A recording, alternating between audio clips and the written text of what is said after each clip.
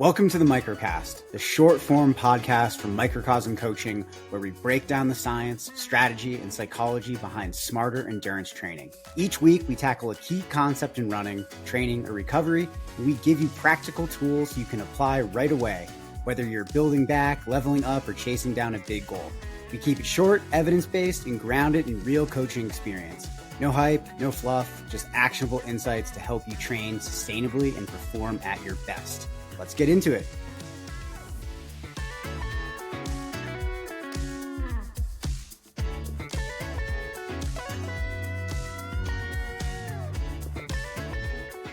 Right, we're doing it. TJ, You got some nuts in your mouth. I always start these podcasts with nuts in my mouth. So bad. Oh my gosh. I'm demonstrating proper fueling. Which is one of that is the topic for today, right? Proper fueling. Proper fueling. We're talking about proper fueling.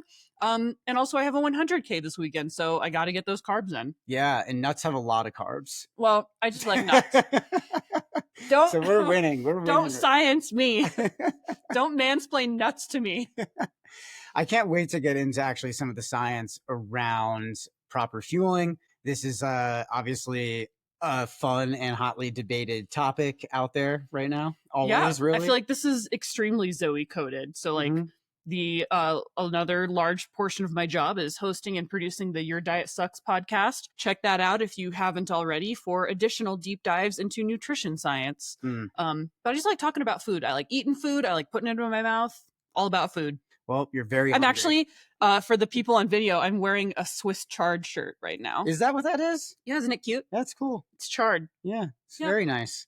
Well, let's maybe warm up a little bit with some hot or not topics. We've got some topics from the community. Yeah, and like as per usual, we're starting with those hot or nots. We're going to answer a wild question from Reddit, and then we're going to talk a little bit about fueling and nutrition guidelines for athletes. Yeah, and just how to eat well and fuel your training, take care of yourself, and be healthy. So that's kind of the roadmap for today. And as always, you can send us your topics, questions, hot or nots, comments, concerns, or haikus to microcosmcoaching@gmail.com. Yeah. And you guys, you can get involved in the conversation. We have a community Slack channel where we get these hot or not questions from.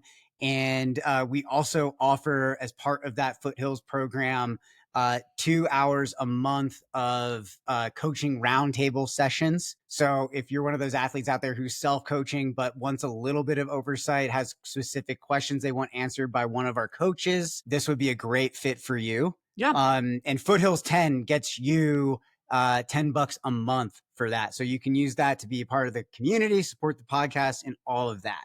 Yeah, so go to microcosm-coaching.com to sign up for the Foothills membership. I believe it's under Micro Swag. Yep. There's some links to it around. Right or there. Google Microcosm Foothills. Right there in the program. I'll put a link in the show notes as well. All right. All right, let's get into it. Do you want to start us off?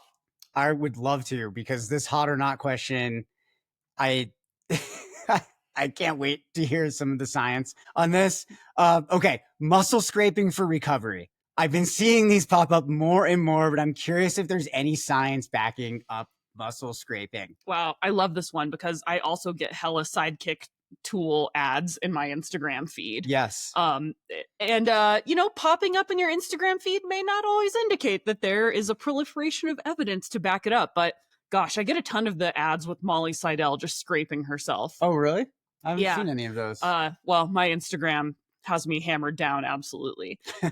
So my short answer would be that muscle scraping is like lukewarm at best. So to sort of break things down, what it is, muscle scraping, aka gua sha, uses a blunt tool to apply pressure to soft tissue. The goal here is typically to like reduce tightness, improve blood flow, and quote unquote break up adhesions or scar tissue. The claimed benefits are faster recovery, improved mobility, less soreness, and better tissue quality. But the science is much more limited. So what does the science actually say? Some very limited evidence. I actually find this really funny because my very trusted PT, who is extremely, I thought, very science-based, just loves grabbing that scraper, probably like a $50 metal tool to work on my quads in like the insertion point down by my IT band by my knee. I gotta admit, it feels good, but the evidence here about this like increasing range of motion or reducing muscle soreness is like it's pretty scarce. And also I guess the benefits of this are actually really temporary. Yeah, so this is really, I mean, you can't do like a randomized controlled trial with this because like if you're getting scraped or not, right? Like Yes. So you can't you can't control for the placebo effect. And oftentimes, I mean, studies show that when people engage in these like recovery modalities that are like painful or uncomfortable, they actually perceive them as being more beneficial. The more uncomfortable, the better. Yeah, that's how the human brain works. It's like, well, this feels terrible, so it must be like there must be a benefit because it doesn't feel good. So again, like I'm not trying to yuck your yum, but yeah, there's not a ton of evidence to back this up. Most of the benefits are likely due to that placebo effect or increased blood flow, like with massage or foam rolling. So there's really no strong or compelling evidence that it breaks up scar tissue or physically alters muscle structure in any way. I think that's a bit of a myth. I guess there's some risks though. If you're going in hard with that $50 scraper that you got on Amazon, it can cause some bruising, skin irritation, discomfort. Actually, one of my athletes was showing me his leg last night.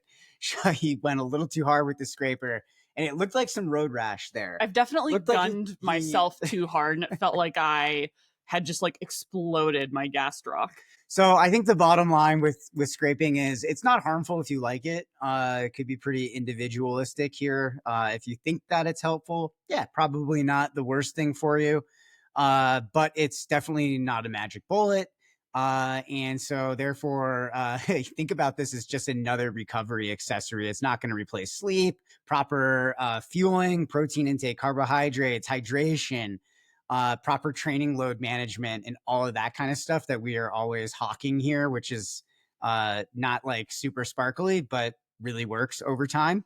I would say, like, if you want to try it, save your money. Grab a butter knife out of the drawer in the kitchen. Grab a wooden spoon from the drawer, and those are the same things as that like $50 scraping tool that they got on the internet. You can try it for free at home. Yeah, I'll be putting my $20 towards a bagel sandwich. $20 scraper, that must have been a deal. Or an expensive bagel These things sandwich. are forged. They are forged in just iron. They are strong. Like, I mean, to get into my calf muscle, they gotta be. Yeah. Okay, Coach TJ, hot or not, racing with your cell phone in your vest. Okay, love this. Thanks, guys in the community coming up with this question. Yeah. I think it's fine. I don't know if it's hot necessarily. Like, I think scrapers are kind of like not hot because they're kind of sold as this magic bullet. But with a phone in your vest, I mean, there's not much of a magic bullet there, right? Like, it's more about like, do you need access to music when you're running? Do you want to have the ability to call somebody if you have an emergency? Do you want to check the race GPX file during that 100-miler in the dark when you haven't seen the course markings in a while? Yeah, or like at UTMB, it's literally required gear. So again, see our episode about that for our takes there. Get the smallest phone possible. Yes, Sally McRae it. Oh my God, the dog is standing right under me. So yeah, I think that mostly hot, especially again, if it's required, definitely take it. Yeah. The caveat is like, I don't want my athletes on their phone during races, like texting, like especially like if you're having a low moment in a race, I get it. It can be very tempting to fire off a text to your crew, letting them know how you're feeling. I would really discourage that. I put my phone in Alpine mode and I do not turn it on unless I like if it was an emergency and I needed like a rescue or like something profoundly wrong. If I'm doing like a 100-miler, if I have pacers with me, I know that they will often text to let people know how things are going and to communicate needs with the crew. But I think athletes can waste a lot of time if they're trying to like get on their phone and they're like futzing with it. And again, if you're going through a mental low, like trying to just like, don't spend too much time on that. Don't fire off a text to your coach or your crew. Maybe just sit with it for a sec, see if you can work through it. Okay. Have you ever had an athlete text you or call you in the middle of a race when something hasn't been going right? Absolutely. And how do you feel about that? There's been times where I've definitely an athlete has, I think, just sort of been looking for permission to DNF. And sometimes, like, if someone is communicating to me something that would indicate that pushing through would be a risk to their long-term health and well-being, I'm like, yes, stop running. It's okay. Do not push through. But otherwise, I don't like to text back because I need people to work through things independently because I, as coach, can't run your race for you. Yeah. And it's really important that you figure out those mental skills and you build that toolkit on your own. Like, I work one-on-one with these folks in training really hard to build up that toolkit, but they have to go apply it on race day. So I've never texted a coach during one of my races. And I've had some bad races. You have had some bad races. We have been there. I've seen the badness of those races. But I didn't text about it. Well, and I think that gets to the deeper point maybe in this question is like, why do you have a phone on you when you're racing? Is it because it's required gear? Then yeah, that's probably pretty hot. But is it because you might want to call your coach or your mom or your partner or your kid? I don't know.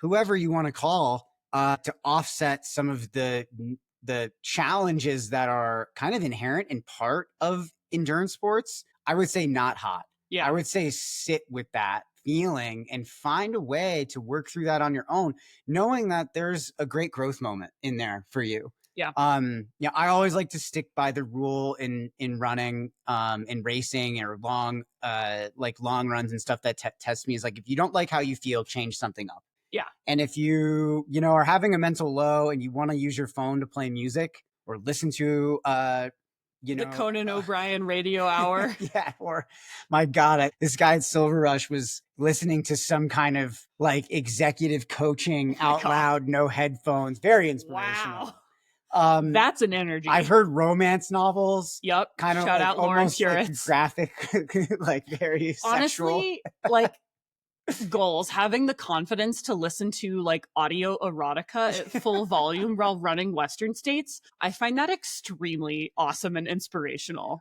Again, hats off. If you don't like how something feels, change listen it up. to erotica. If there's a strategy in there, use it. But if you're using that to offset how you feel in a way where you now need to bring someone else into that and you can't source the tool for yourself, not hot. So let's leave the phone at home if you're noticing that's a crutch that you lean on when you're out there. Yep. But again, use it in case of emergencies. But I'm having a bad day and running as hard is not an emergency. That's kind of baseline operation of the world. Okay. Should elites finish races even if their goal won't be attained? Yes. This came from the community. Oh my God. Well, and I love this hot or not. I think it is so hot when elites are having a shitty day and they finish the race. Did you see Adam Peterman at Western States? Yes. Awesome. The dude was ready to go 30 hours. I have so much respect for that. Like, that is someone who got very close to the course record on that course, didn't have a good day, but he stayed in it. And I know that that takes courage when there's a lot of eyes on you and when you know that your potential is very different. And I don't have, I know that the calculus is different. Like, if a shoe company is paying your mortgage, then I know that there can be a tough and different calculation than what mine looks like in terms of well, what if I pull the plug now? Does that mean I can go race Javelina? Or is there a health thing? I think I hold space for the fact that, folks might have a slightly different perspective, but I think we don't run races to win races. We run races to run the race. And sometimes the byproduct of that is winning or meeting that goal. But if you just pull the plug every time you don't meet your very narrow outcome goal, then you're going to have a really hard time learning and growing in the sport. And I think it's a sign that you're protecting yourself from those bigger, scarier moments. I think it's super weak sauce. Right. If you pull back every time you know that goal isn't in reach, you're robbing yourself of a big building block that could help you potentially reach the goal the next time. And the time course with these 100-milers and these bigger endurance events, one of the great benefits of marathon running is you can do more of them in a season, even though most smart people don't do that.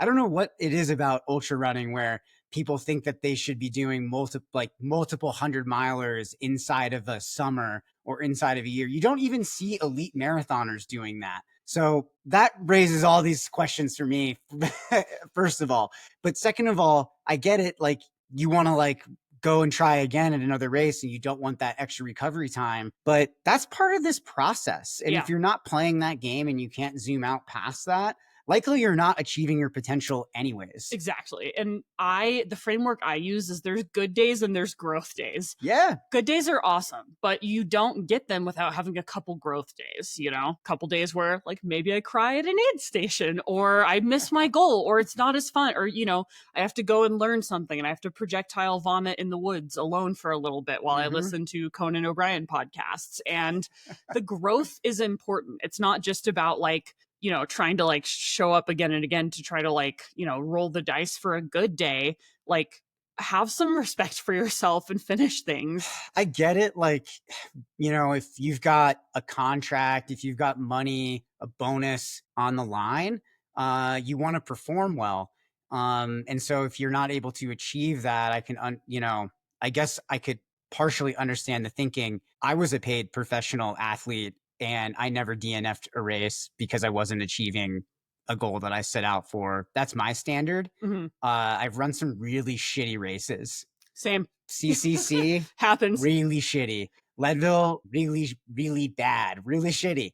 But those moments were really pivotal in a lot of ways. And I think if we're thinking about this in such narrow terms, such finite terms as I either accomplish my goal or I don't accomplish my goal, we're missing the big point of all of this. And there's not that much money right now in trail running or marathon running anyways, that it really I think it really matters to like pull out of every race that you don't have a chance of winning. Yeah. And I think that, again, like everyone's calculus is going to look different. I can't tell you how to live your life, but I hope that other people sort of do the investigation in and of themselves. And also, it's okay to not do what elites do. That's a good thing to do. Story of my life.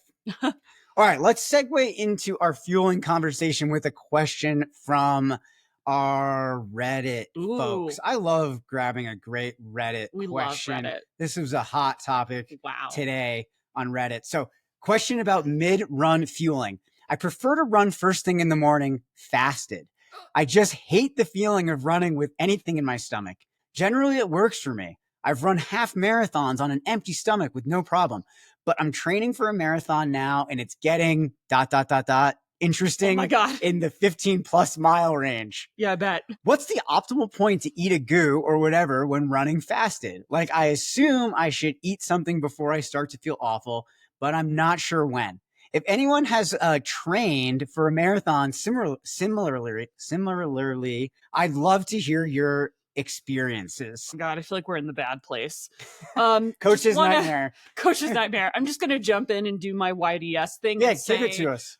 Fasted running, like, I hear you. Like, I also do not love running with like an extremely full stomach. Thankfully, there is like a verdant middle ground between running fasted and running with an extremely full stomach. So the science shows that running fasted doesn't meaningfully change your ability to oxidize fat, aka make you better at burning fat as fuel. Many people will try to manipulate their carbohydrate intake in order to get better at burning fat. That doesn't work. Don't do that. Running fasted doesn't make you better at burning fat, but training at aerobic efforts does, and you are doing that plenty, so do that. What do I do if my stomach, I just don't like anything in there? Well, you should suck it up, Buttercup, because that is not useful for your training. Right. Especially if you're doing any kind of intensity, you want to have some quick hit carbohydrates. So what we typically recommend, like, again, I'm not saying you need to eat like a giant breakfast bean burrito right before your run. You do need to get a little bit of carbohydrate in. And I would add a little bit of a caveat here that like male runners, like folks with more testosterone, are able to get away with this more than female runners. Female runners do not run fasted. The evidence shows that that dramatically increases your injury risk. I really hope that this person is a male, and since they're on Reddit, I'm going to give it like a 60-40 that they are. So that's an assumption I'm going to bring into this. So you might not have a dramatically increased risk of injury running fasted for this person, but still you're going to be getting less out of that training. You're not going to be adapting as well with less energy availability. So I would do something like a Stroop waffle or a simple waffle, like toast, banana, maybe a little like liquid fuel, like doing scratch super fuel or something with a few carbohydrates. You don't have to go like and ball out at like Denny's before your run. but it's going to be really helpful to get some carbohydrates in. No grand slam before your don't need to hit up the Denny's grand slam. I think there's a lot in this question. And I think the outcome that this athlete is experiencing, you know, is what's leading them to want to investigate the habit that they've developed around running fasted. Yeah. You know, they're not, interestingly, things are getting weird in that 15 plus mile range. Well, obviously, like we know anything more than 90 minutes, we're starting to really deplete our glycogen stores, and we have to have more carbs available in order to maintain our output levels and our performance. So things are going to feel pretty shitty after, you know, even for a lot of athletes who are not as well trained, it could take 40, 50, 60 minutes to start to feel a difference if you're running fasted. Yeah. So, you know, I love the advice of a small breakfast, and you can build up over time. Yeah. And if you're really adverse, like I just don't have an appetite in the morning, drink your calories. Just simply drink them. Everyone, especially in summer, should be hydrating within the hour to 75 minutes before they run. Every run, you should be doing that. It's okay to just go with a liquid calorie option. I love that personally for me. Like if I have to get up and turn around like a workout or a long run really quick, and I'm like, I'll go really light on the solid foods, and I'll make sure that I have 300-400 calories of liquid calories on the way to the trailhead. Yeah. And that can really work. Yeah. And so like if you're training for a marathon, another thing that would cause you to need more carbohydrates is if you're doing anything above like aerobic threshold. That way you're like a hybrid engine, and the faster and longer you go, the more you're going to be dipping into burning carbohydrates as energy. So you're going to need more carbohydrates. Also, fueling takes practice. So of course things are getting ...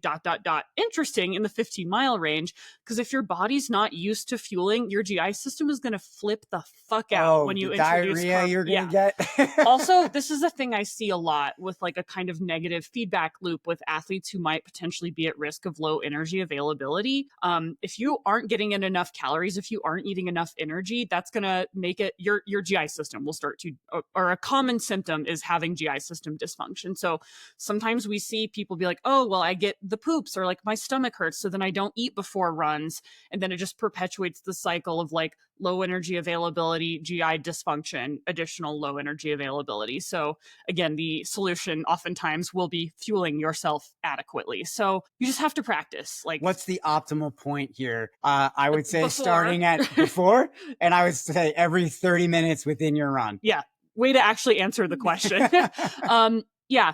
I would say every 30 minutes, again, depending on what your carbohydrate goals are. If you're new to the carb world, I would say introducing 20 to 30 grams every 30 to 40 minutes, and then ideally trying to work up to 30 grams every 30 minutes, and then maybe mixing in a liquid solution as well. But again, if you're not fueling your system properly before, during, and after, it's not going to be able to process, metabolize, and burn those carbohydrates while you're running. Yeah, the GI system is very adaptable. And if you work on that for 8 to 12 weeks, every single long run, having something every 30 minutes, every 45 minutes, you can build up on that. You can take it from, 30 grams of carbs an hour all the way to 90. And you also don't have to. It's extremely individual. Yeah. And this stuff is trainable is the point I'm trying to make here. Yeah. All right, let's go. So I just, for this person, sorry, so that I can sleep at night. You can't sleep at night. You have to add more to this. I'm going to be thinking about this person way too much.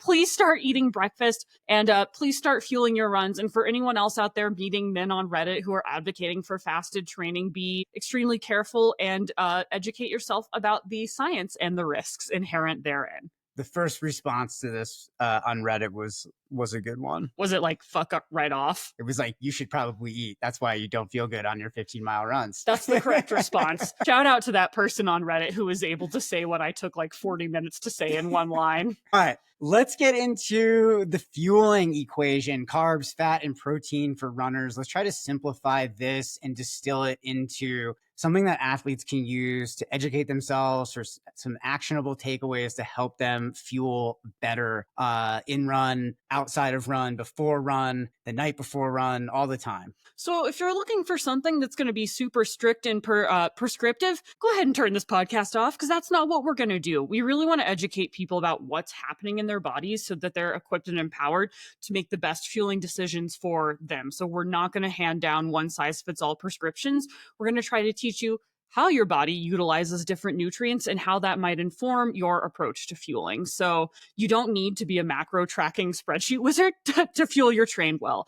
And like, I know this stuff takes up so much time and space and energy online, but you do not need to obsess and be overwhelmed. But what you do need is a basic understanding of how carbohydrates, fat, and protein work together to support your performance, recovery, and overall health. So we're just going to walk through each macronutrient, explain how to balance them, and then bust some of the more persistent diet myths that we see aimed at runners.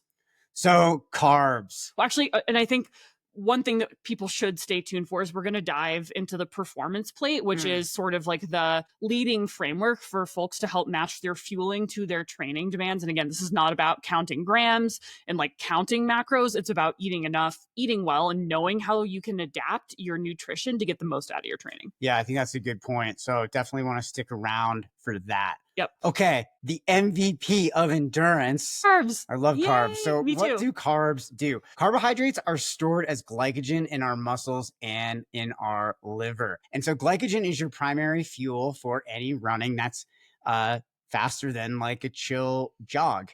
And in fact, like if you're a newer endurance athlete, you're going to be burning carbs, a lot of carbs, even at very low effort levels. So as we kind of mentioned when we addressed that Reddit question, like how much fat versus how much carbohydrate you burn, it's based on one, how fit you are, and two, what kind of intensity you're running at. So typically if you run slower, you're going to burn more fat. If you run faster, you're going to burn more carbohydrates. So any intensity is where carbohydrates are really going to come in handy. But just note that can be taken out of context a lot. Even when you're running easy, you're still burning carbs, which is why you have to eat carbs when you're running in zone 1 for 100 miles. Yeah. And I think like, especially like, oh my God, on these like ultra running Facebook groups, you'll see people be like, oh, you don't need to fuel your runs. You actually, like, if you weigh XYZ pounds, you actually have XYZ calories on board ready to go. So your body it functions on a spectrum, like with fat burning at lower intensities, but again, still some carbs, over to predominantly carbohydrates at those higher intensities, but again, still some fat. Your body doesn't really discriminate. Like if you run out of energy here, your body doesn't immediately go, oh, okay, I'm just going to dip into like subcutaneous fat stores. It will actually start to break down your muscle and bone. And that is not good. It does not feel good. We don't want that. So that's another really compelling reason to introduce exogenous carbohydrates when required in your training. And I think everybody out there has experienced the bonk before. Yep. Not good. Where performance just tanks. You feel like there's just nothing left to give out there. March. And this is like a great sign that the glycogen stores have run out, because you probably haven't done a good job replacing them during your activity. So glycogen, so important. Carbs, so important. Okay, when do we use them? Like you said, runs that are lasting longer than 60 minutes or at intensities above a recovery jog. So this is something that we see a lot with athletes is like starting to introduce potentially exogenous carbohydrates, like AKA gels, hydration mixes in workouts. So that's something that's at or above aerobic threshold, and usually longer than 60 minutes, sometimes 75 minutes, up to like, I've done like 2-hour workouts, which dear God help me. And that's a great use case for introducing fueling. It helps you learn how to fuel during higher output events, which is great for racing. And B, it gives you a little more gas so that you can push your body in those workouts. And so the calculus I always like people to think of is like making sure you're going into these workouts well fed, right? Like the day before, the meal before. You can't play catch up during the workout. And if you're feeling persistently like hungry and bonky during your runs, I think that's a good indication you might want to look at the meal before your training and think about increasing your carbohydrate intake before these key sessions. If you're doing more intensity or going longer than 90 minutes, that's really when I want athletes to think about introducing those exogenous carbohydrates, because you'll be burning a higher percentage of carbohydrates. So how much do we need So this is extremely general, but really ballparking like maybe 5 to 8 grams of carbohydrate per kilogram of body weight per day. But when we are increasing our training load, we'll want to increase our carbohydrate load. So like during peak training or pre-race loading, that might look like up to 8 to 12 kilograms per day. I'm doing a carbo load right now for I'm about to. I just laid out my plan actually to send to Kylie for the Never Summer 100K. And I'm trying to shoot for like 8 to 9 grams per kilogram of carbohydrate per day starting the Thursday before I shoot for 1 box of pasta per day for 48 hours before the race. I love that. And 1 entire coffee cake. And hella cookies. Yeah, but I think the key takeaway here is you don't need to count. You just need to fuel generously and consistently. Because if you're not eating enough and well, it doesn't matter what you do during the runs. So let's talk a little bit about timing guidelines. Before long runs, we want to have 1 to 4 grams of carbs per kilogram of body weight 1 to 4 hours beforehand. And I think, how much carbohydrate really probably depends on the intensity you're running at and the length of those runs, and also how much you weigh. During runs longer than 90 minutes, you really want to start to aim for 30 to 90 grams of carbs an hour. I know we hear a lot and we've talked about high carb fueling above 90 grams of carbs an hour on this podcast. Really, the biggest body of evidence is supporting that 30 to 90 gram of carbs per hour with 30, the goal of really getting to 60. 30 is quite low. That's the entry like to start practicing. We really emphasize 60 to 90. And again, some folks might feel good going above that, but you really need to trial that. And it's not a failure or bad if that doesn't feel good to you. The goal is to find that amount of carbohydrates per hour that you can perform your best at, and then train that consistently on all the long runs. After runs, pair up your carbs with protein.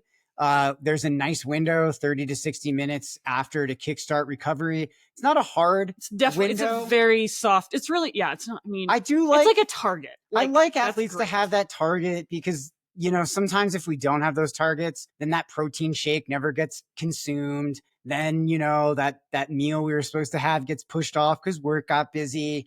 But we do know that especially with protein intake, you can take in protein in large amounts throughout the day, and it's very effective. But I do think it's nice to have like a window just to get those habits dialed in. Yeah. Don't let perfect be the enemy of good enough. But if you're delaying your fueling, you're pressing pause on that recovery process, which means that you're leaving adaptations on the table. So for something as easy as just like slurping down some protein, do it. Make it a priority. Bring that recovery shake to the trailhead, to the gym, whatever you're doing. Common mistakes. We see this all the time in our coaching. And it's something that, we work one-on-one with our athletes on, is making sure that we don't underfuel our long runs. And that's going to lead to energy crashes and slow recovery. We often talk about with our athletes, like how you fuel in the last hour of that long run is essentially you jumpstarting your recovery process. And then trying low carb approaches. We see this a lot in coaching as well. People don't often understand that there's a big trade-off when we try that approach. Especially a big increase to injury, suppressed immune function, and often just a decrease in performance because, again, we need those carbs on board. Your ability to utilize fat well is a byproduct of great training and training that is well fueled, not a product of training fasted, as we addressed earlier. Yeah, a lot of the conversations around fat adaptation online are really blown out of proportion and don't right size the risk benefit analysis. The benefits are so limited. The risks, again, especially for female athletes, are huge. And even for men, why are you making that trade-off when you can get better at oxidizing fat by just running? So that's my 10 cents. Because my stomach feels too full. Because I'm a baby who can't eat a banana. Yeah, good luck running a marathon if you are literally weaker than a banana, sir. Because it's all about being tough. I mean, I guess you have to be tough enough to get a banana into your innards. If I can neg someone into fueling, I will do it. You know what, Zoe? However we get there, stay hard, stay fueled. The result is a well-fueled athlete. Exactly. Okay, fat. We love talking about fat. It's supporting an essential role in having a balanced plate. What does this look like? Walk us through that a little bit. So fat supports those long, easy aerobic efforts and helps spare those glycogen stores. And it's also really crucial for hormone health, joint support, and overall energy balance. A lot of folks, maybe children of the 90s like myself, who grew up during the low-fat SnackWells era, might have been born into conflicting feelings about this particular macronutrient, but macronutrients are neutral. It's all about balance and figuring out where they fit in. So I came up in the low-fat era. Yeah. Everything was labeled low fat, and all the commercials on TV were like low fat this, low fat. So fat became really the enemy. Yeah. And now we're in the keto era where people are trying to put butter in their coffee and they're like raw dog and steaks. And gosh, our world's a mess right now. Can't we just have a balanced plate, my friends? Eat a goddamn pizza. We don't need to be on some crazy side of the spectrum. Don't be crazy. Just be cool, man. How much do we need here? So usually fat should look, and again, these are really broad prescriptions and it'll look really different based on the individual's needs, but 20 to 35% of total daily calories. Again, no need to track, just kind of getting a ballpark sort of like vibe check here.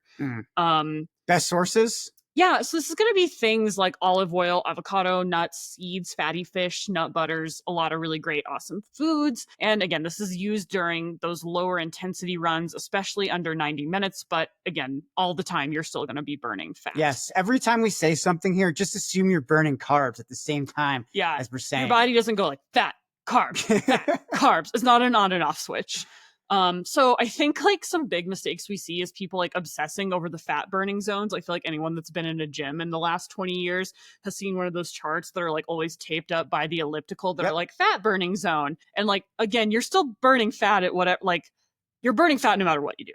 Oh, maybe take those posters down if you run a gym. And you're burning carbs. So don't obsess about that fat burning zone, or fall into the keto diets and lose the ability to go hard, especially like on race day or during those speed workouts. Again, fat's important. It's not the only thing.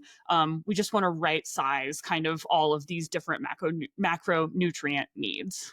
Okay, protein, our recovery builder. Let's get into what it does. Yeah, so protein is going to help repair muscle damage from training. I think a lot of folks are, pretty aware of this. It helps maintain lean muscle mass and support immune function, and it's crucial during high mileage phases or when energy intake is low. So typically what we're looking at in terms of protein intake are going to be 1.2 to 1.8 grams of protein per kilogram of body weight per day. And ideally we want to split that kind of across the day as much as possible, spread that out. Although you should listen to our recent Your Diet Sucks episode about protein, where we dive into this exciting study that showed that people are potentially able to synthesize like up to 100 grams of protein at a time. However, spreading, yes, you're a protein super I love slurper. to do like an 80-gram shake. Oh my God. It just looks like something you would use to sink a boat. It's gross. It's so thick. It's extremely thick. I get worried you're going to like choke. Anyway, that's a charming mental image, but spreading out across the day is going to be helpful, particularly in terms of like helping manage blood sugar and appetite and just feeling like nice sustained energy throughout the day. I feel like people have been going really hard on protein culturally, almost to the point where people will become so obsessed with it they'll forget to take care of other parts of their diet. Remember, everything in balance, everything works together. Just because chips have protein in them does not make them healthy or bad. Like, again, all of these things are neutral, but we don't need to be putting protein in ice cream. Just eat good ice cream. Yeah, just have fun. Just balance that plate. I do want to make a remark here that I like athletes to consider a 1 to 3 day protein track. Using Chronometer or just, writing it in a journal and adding up your serving sizes at the end of the day and how much protein you're getting. I tend to see in my coaching practice, like the protein intake either being like athletes who have it down and they're getting way more than they need, or athletes who are just really chronically not getting enough. I don't usually see, unless I've guided an athlete who's getting the appropriate amount for them. So if you're at all questioning like whether I'm getting too much or too little, you can track this very easily. Using the labels on the foods that you eat, track it for a few days just to get an idea of where you're at. And then, you can go back to kind of like, eating based more on feel. and not feeling like you have to be rigid about the numbers, but having an idea of how much is in the foods that you're commonly eating is a great idea. Yeah. And, we are huge advocates for like find those protein sources that work for you and feel good for you. I know for both of us personally, we like a protein powder to supplement with. Yeah. Because for a lot of us, like especially you and I are plant-based, and okay, myth busting time. You can get enough protein as a plant-based athlete. It's like that's the first question I always get asked, which like you can, I'm living, I'm breathing, I'm fine.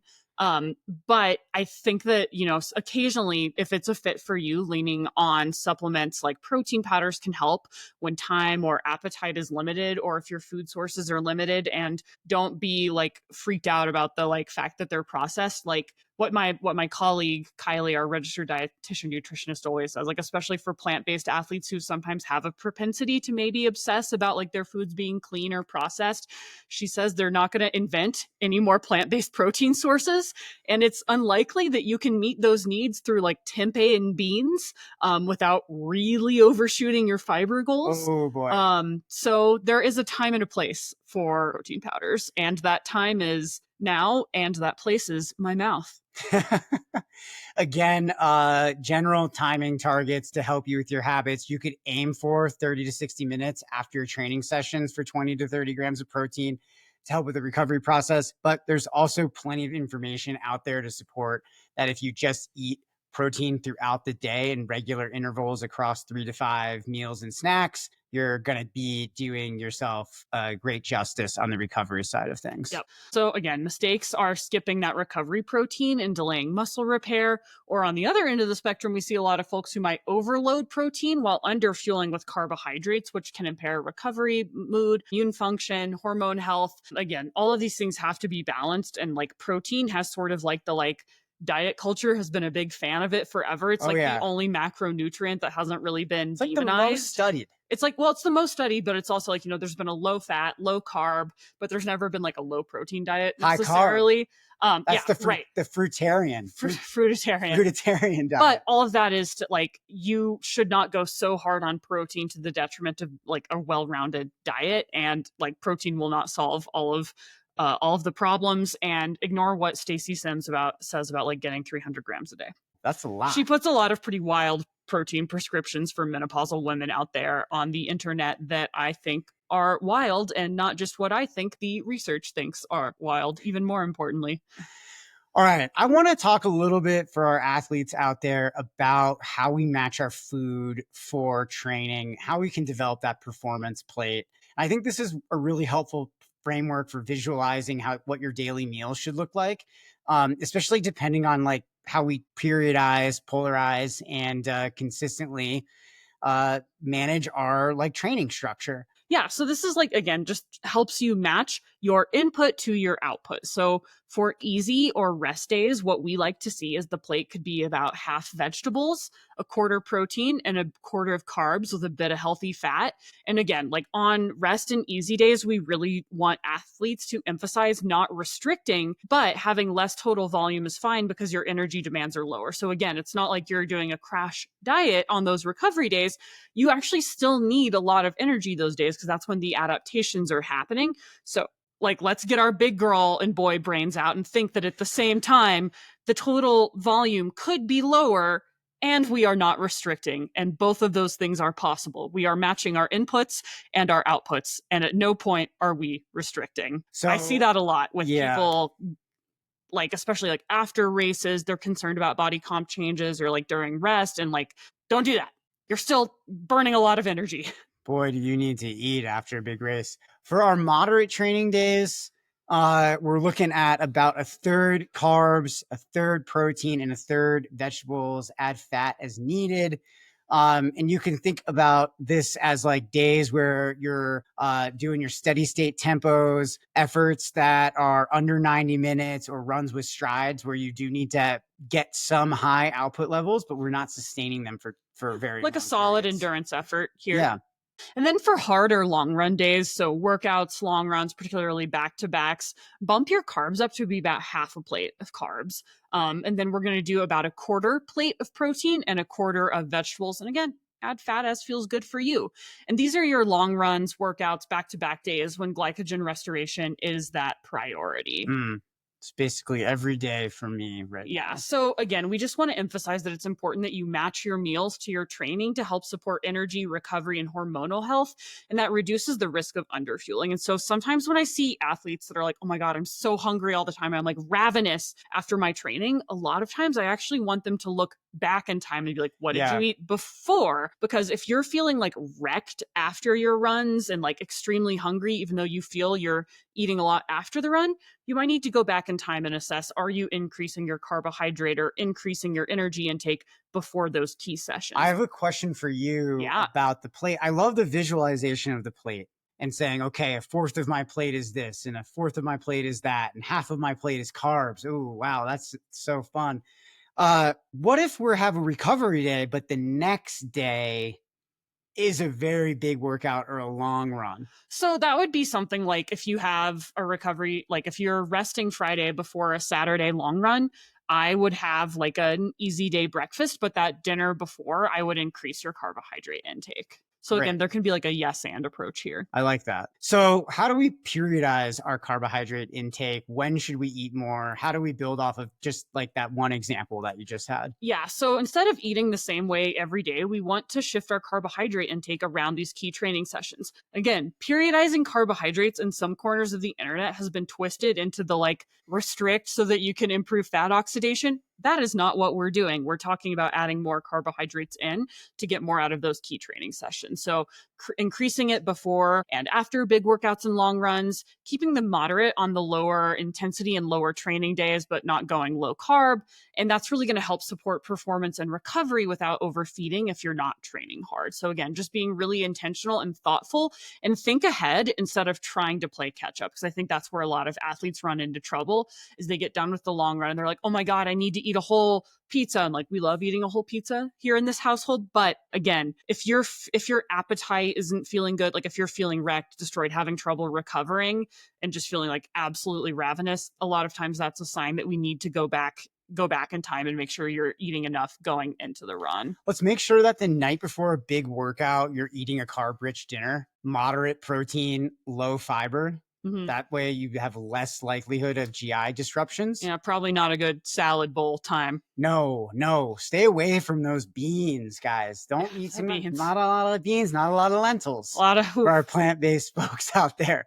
Morning of small digestible carb-rich snack is going to be really helpful. And then you can, I really like to advocate for like topping off with some liquid calories, especially if you're one of those athletes who doesn't want to like load up on a lot of solid foods because the time for digestion is limited between that window for fueling and the window for when you have to start your run. Yeah, so runs like 75 minutes and under, you could be fine with like water and electrolytes only. But if you are feeling depleted or if there's any risk of like not having enough energy, then like, yeah, take some exogenous carbohydrates. I think that there, again, like everything is so nuanced. And sometimes in the high carb conversation, like I've had athletes doing easy recovery runs and trying to like get down 2 gels, and you likely just don't need that. Like your body's not really going to be doing much with that. But I think it causes us to investigate, like, are you eating enough before and after? Like, what does your fueling look like all around that recovery run? Because I'm never going to tell people like, don't eat on your run, because if you feel that you need to eat, that's something we should listen to, but it also likely signals there's another behavior that needs modification. I think you're 100% correct around that. Runs 90 to 180 minutes. So those runs, you could be a little lower on carbs. 60 to 90? 60 to 90. 3-hour runs and over, definitely want to be 60 to 90. And I really like athletes trying to get up over 60. Yeah. 60, I think, is like it's just the bare minimum. Rock bottom. Yeah. Prioritize carbs, limit fat and protein. There's some, like if I'm doing races that are like longer than 10 hours, I'll do a little bit of fat and protein. You definitely don't want to exceed more than like 10 grams of protein. Per hour? Per hour, or like, yeah, I mean, you don't even over the course of the race. Well, it's nuanced and we don't have a ton of research here, but it's not like you don't want to exceed 10 grams within any hour, most likely, because that's going to increase your GI, but that doesn't mean hit 10 grams. So like, that doesn't mean you need to be doing a protein shake every hour of your of your run. Like for me, I'll maybe put in a couple little, like I'll do a recovery mix twice over the course of a 15-hour run. Right. So getting in just a little bit of protein, because it's much less efficient for your body to use that as fuel. It has to be broken down in a much more complicated process. So it takes longer, and it's just a less efficient fuel source. And taking in a lot of fat while you run, and this is like why I freak out when I see bacon on ultra like at ultra races. Milk doesn't freak you out. It's the bacon. Truly all of it freaks me out. But yeah, Quesadillas? that's going to be quesadilla. Like I kind of get like, if you're doing a 100 miler and you're doing a good bit of hiking, I see the use case for quesadillas. I see a really sore stomach. The extremely, again, make sure you try it in training. But I've definitely, like, quesadillas are pretty common, but things that are like really high fat and really high protein, like the bacon or like avocados, that is going to, for a lot of people, increase your GI distress. Please don't slide into my DMs and tell me that I'm wrong because you ate an avocado sandwich once. That is great. You are valid. I see you. Couple common mistakes that we see. Let's just rip through this because I think they're good for people to hear. One, keto makes you a better endurance athlete. Boo. That's a lie. You burn more fat, but you lose access to the higher octane gear you need for hills, surges, and finishing kicks. And emerging research might indicate that you're actually not much more efficient at burning fat anyway. Actually, yeah, what I've seen is you are for the first 48 hours, and then after that, you are worse at it. And if you're a woman, big no. High protein equals lean and fast. Yeah. So again, like we said, protein is important, but not at the expense of those other macronutrients. Cutting carbs too low will undermine training quality and recovery. So even if you're meeting those protein needs and not getting enough carbohydrates, guess what? Your muscles still aren't going to be able to recover. Did you know fat adapted runners don't need to fuel? Oh my God. If only that were true. Even fat adapted athletes still, like, again, quote unquote, fat adapted, metabolically flexible. Ooh, we're so, like, everyone's metabolic. Like, if you're not metabolically flexible, you have a metabolic, like, issue that you need to address with a doctor. Everyone needs carbs to go hard and recover well. And skipping fuel is a recipe for bonking and burnout. And the research doesn't indicate that this is an intervention that should be scaled at the population level. Again, there will always be a couple people who do amazing with these extreme interventions. That's great. I'm so happy for you, but that does not mean that that's something that all runners need to adopt now. Usually the easiest solution to a problem you're having in your training is the right solution for you. It's Occam's carbo load. It's not the thing that is on the fringe of sport and is not backed up by science. And just because XYZ, like Chad at the gym does it, doesn't mean you need to do it. God, Chad is so annoying. We actually have a lovely friend named Chad. So now I feel bad. I need a better he's like not broy at all. Chad is the best. He's like a very kind jazz musician. Shout out Chad, who is absolutely not listening. Shout out jazz musicians. Shout out to the jazz musicians. Listen to this conversation at all. So let's dot to some big takeaways here. So I think number one, carbs are your main fuel for performance, especially on hard and long days. But again, everything is nuanced. With the high carb and low carb of it all, I know folks feel overwhelmed. And what I want people to walk away with is find the carbohydrate approach that works for you and trial it and listen to your body and not people at the gym. Fat supports lower intensity efforts and helps round out a healthy diet. It's not the enemy. Avoid it. You don't need to eat snack wells. Please don't. Protein is essential for recovery and resilience. Love that. Learn that today. Mm-hmm. And, use the performance plate to guide your meals and adjust based on the day's training. I love that idea. Yeah. Yep. An extreme restriction of any macronutrient is a red flag. Balance in all of this is key. And if you have questions or feel overwhelmed or just want to like nerd out and dial these things in even more, I work with my athletes on stuff like this. Yep. I always know the limits of my scope of practice and when to refer to an expert like Kylie, our team's registered dietitian, nutritionist, and my work wife. Guys, if you've been feeling sluggish, under-recovered, like your long runs, you always hit a wall, it might be time to really take a look at how you're fueling and not just your in-run fueling. This could have a lot to do with what you're eating outside of your training too. Try matching your intake to your effort and just, understand that like skimping on any one aspect or multiple aspects of this process probably going to leave you continuing to feel like shit. So let's really take a hard look at what we're doing. I think everybody that I know, the athletes that I coach, we're all constantly working and refining. We're all consistently I just learning. emailed Kylie my nutrition plan for Never Summer to get her to review it for me. Right. This is an ongoing process. It's part of the fun of It is this. fun. I love spreadsheets and eating. And like figuring out what works for you and how it changes over time. We'd love to hear from you guys. If you're struggling with anything in the fueling area, if you've got a story about how you overcame a fueling challenge, if you've got a question about this that you want us to follow up on in a future call or podcast episode here, let us know. And also get involved in the conversation with the community. We're talking about this stuff all the time on our Slack channel and our community roundtables. There's a lot of folks out there who are just like us and like you. And if you successfully restricted your carbohydrates, let us know. Write it down on a rock, put it in a grocery bag, throw it into the ocean, and walk away. Oh my God. Thanks, guys. We appreciate you making it this far. Hope you found this educational. As always, we've got a couple roster spots open on our personal coaching rosters, and we've got an entire team of coaches that work with us and support athletes all across the world. So if you're looking for support in this process, reach out. Microcosm-coaching.com, microcosmcoaching@gmail.com. Don't wait to take your fueling or your training to the next level. Time to Let's go. Yeah. I'm ready for a pizza now. Let's do it.